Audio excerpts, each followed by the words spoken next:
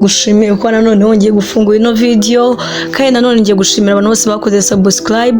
Nawe uri kumva ino story utarakora subscribe, naho ngo hasi gato cyane tukahita dukomeza na story yacu part 2. Story na Edini de Sako.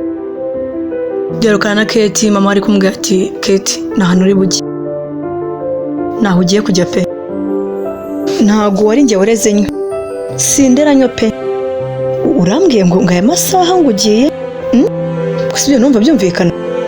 Kate aramurati mama ariko ni inshuti zanjye, subazi se Dana na Jesse ni inshuti zanjye, si inshuti zawe se ubundi uhora uvuga zikujyana aya masaha zigira ziteye, izo inshuti bwoko ki? Kate atari ku mama ntabikubwiye ko inshuti zanjye, kandi urabona ko namaze no kwambara, kuba wambaye bivuze iki? Kuramo imyenda wicara aho ngaho. Mama we yari yarakaye cyane, urabona ko nta kintu ashaka kuvugana nawe, uyu munsi byahindutse. Kate aramureba abona nta kintu cyo kumukorera ari buze kuza kugira, ahita amubwira ati mama uzi n'ikindi se? Nta kibazo ngiye gukuramo imyenda. Ese kumbwiye ngo nguremo imyenda? Ndakubashye ngiye kuyikuramo, ariko nanjye promise me ngiye kuri witumbwira ibyerekeye papa, tumbwira inkuru ya papa uhora wanga kumbwira, wabone yaba hari abananyemereye.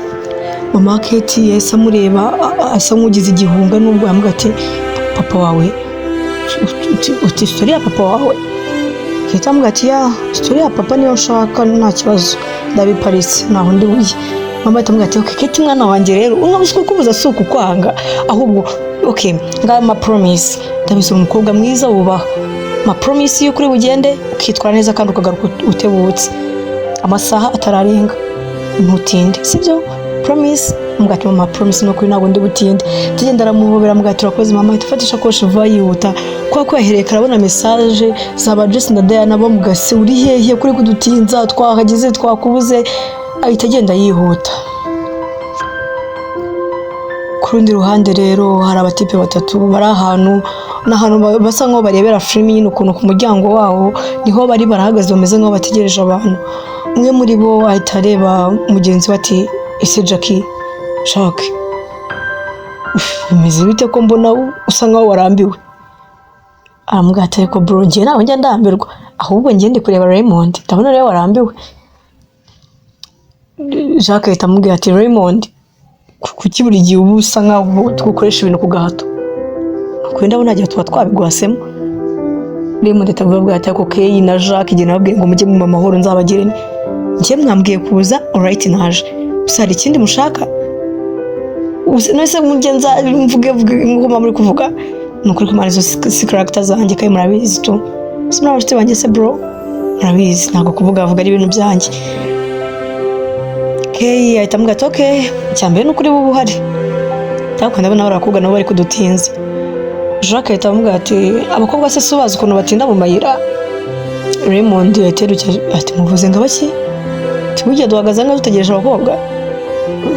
Kate waruzi yuko twaje kuri film gutyo gusa ibyo bintu suko beze twebwe tu cyo ntago ari utuntu twacu kwizana muri film oya. Raymond atavuga ati umuzi ko ntagenda se? Jacques itamurati oya wa ticket ke yaguze basi ndabizi ntabwo bikunze ariko basi ba ticket y'undi mwana. Raymond atavuga ati bro ubwa mbere n'ubwa nyuma mumbeshya munzaye mu bintu by'abakobwa. Kate ati right ntabwo bizongera.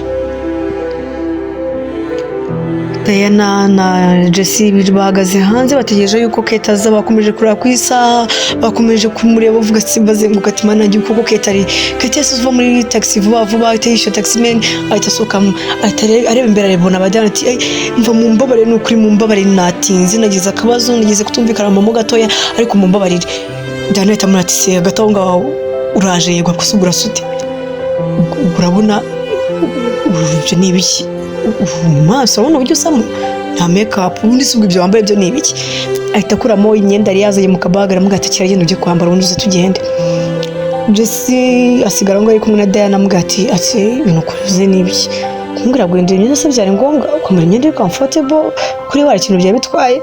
Diana ahita amubwira ati ko Jesse wagiye ukura rani imyenda yo kujyana agiye gusenga se?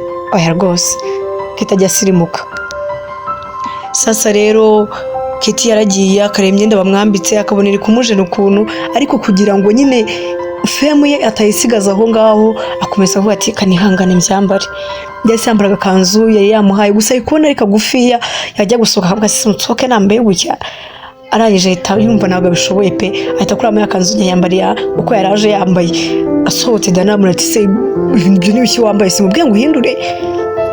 Keti aramubwira ati Diana rwose ntabwo biriya bintu njya mbasha kubyambara pe, urabizi.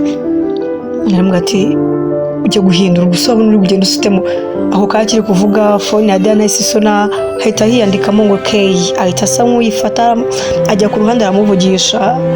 Kay umeze ute, si tumwatubuza ariko. Kay ati uzuza amasaha tumaze tubategereje, gerageza utebuke pe. Tumubwira ati turi hanze turaje.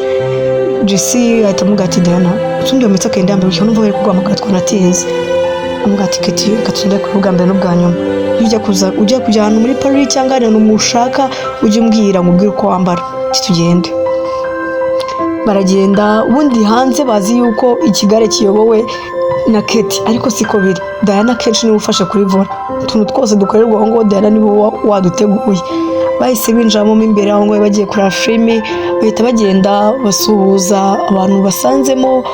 Ni abatipe batatu nk'uko nari nabibabwiye, ni Jacques, Kay na Raymond. Barabasuhuza bose, batangira kwivuga, umwe ati nitwa Kay, undi ati nitwa John. Abaziranye aho ngaho ni Kay na Diana. Kay na Diana bo baraziranye, ni abashuti nyine, akaba nayo mu booking nyine ayo matike kugira ngo baze kuza kuba bari kumwe muri filime. Bose baribwirana, bahita binjira aho bagiye kujya kurebera filime. Aho papa wa Diana yari yicaye mu cyumba arimo aratekereza ibintu byinshi cyane, urabona ko byamusajije. Agahaguruka agasa nk'uzenguruka icyumba, urabona ko cyamubanye gitoya. Arangije ahumeka rimwe avuga ati uwamuhamagara, avuga ati ariko naba nihuse. Akiri kwivugisha atyo abona phone nimero yanditseho ukuntu asa nkaho baziranyeho, nta magambo nyine ubona ko utapfa kuvumbura. Ahita ayitaba, avuga ati ese kumamagaye zisa sinakubwiye ko nzamwihamagara niba ushaka. Aje aramubwira ati byahindutse pe, amafaranga nyakeneye aka kanya. Aramubwira ati ariko wambabariye kuko ntabwo nakubwiye krize ndimo, kampani yanjye ifite ibibazo, nawe ngo amafaranga urumva ndi buyakure hehe?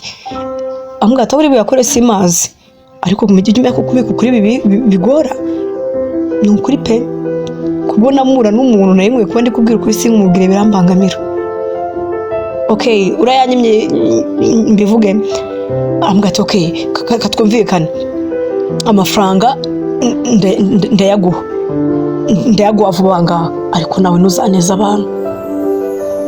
Arangije ahita amubwira ati okay, twumvikanye ko iki cyumweru amafaranga azaba yangezeho. Amubwira ati nacyo iki cyumweru amafaranga azaba yakugezeho. Kalisa isa kupa telefoni, ahita asa nk'uwiruhutse ati mana yanjye none ibyo nzabicikirahe. Aho niyo part 2 yacu uyu munsi irangiriye. Don't miss up. Cyangwa gusaba ni kimwe subscribe kugira ngo part 3 nisoko uzabashe kubibona.